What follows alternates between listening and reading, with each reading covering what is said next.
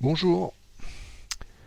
Depuis plus de 10 ans maintenant, la société Desertec explique qu'il suffirait d'équiper une toute petite partie du Sahara pour produire suffisamment d'électricité pour l'Europe.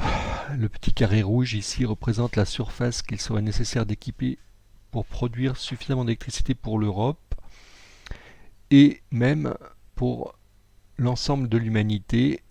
Ici, la surface nécessaire pour équiper complètement toute la planète en électricité solaire.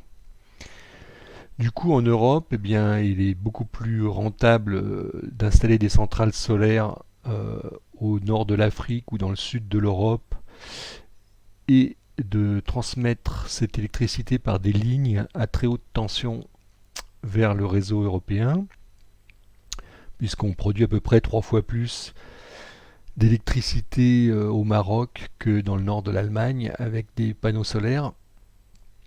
Par contre, en mer Baltique, il y a beaucoup plus de vent que à beaucoup d'endroits au niveau du 45e parallèle. Et donc il vaut mieux mettre des réseaux de fermes éoliennes offshore dans le nord de l'Europe et un réseau de centrales solaires dans le sud de l'Europe.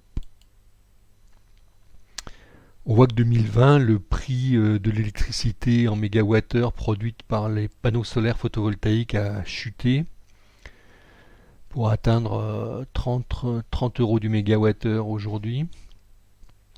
De même, l'électricité éolienne a chuté et l'électricité produite par centrales solaires à concentration. Les nouvelles batteries à flot de vanadium peuvent stocker 1 kWh pour moins de 20 centimes. Et donc l'adoption de ces technologies est sur une courbe exponentielle.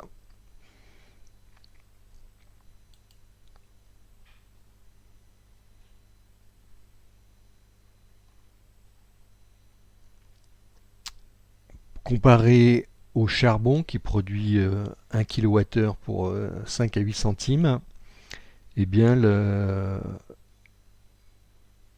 les centrales à concentration solaire que propose Desertec produisent du kilowattheure à 6 à 9 centimes. Donc c'est moins cher que les centrales nucléaires et c'est moins cher que les centrales à gaz aujourd'hui. Les derniers projets sur les grandes centrales photovoltaïques sont encore moins chers que les centrales à concentration solaire.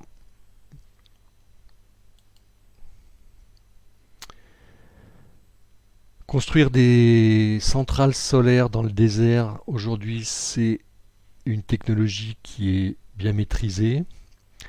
Il y a d'énormes projets prévus en Australie qui pourraient alimenter Singapour. Il y a différents types de technologies qui sont disponibles. Ici, les tours solaires à Negev en Israël, ou un projet de centrale photovoltaïque pris en cours de construction à Dubaï. Et dans des déserts comme le désert des Gobi où il y a du vent, on peut par exemple implanter des fermes éoliennes onshore.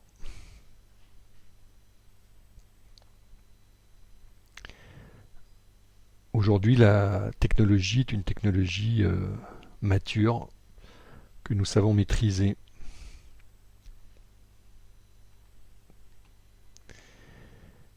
Il ne reste donc plus qu'à la mettre en place à une échelle beaucoup plus large. Bonne journée!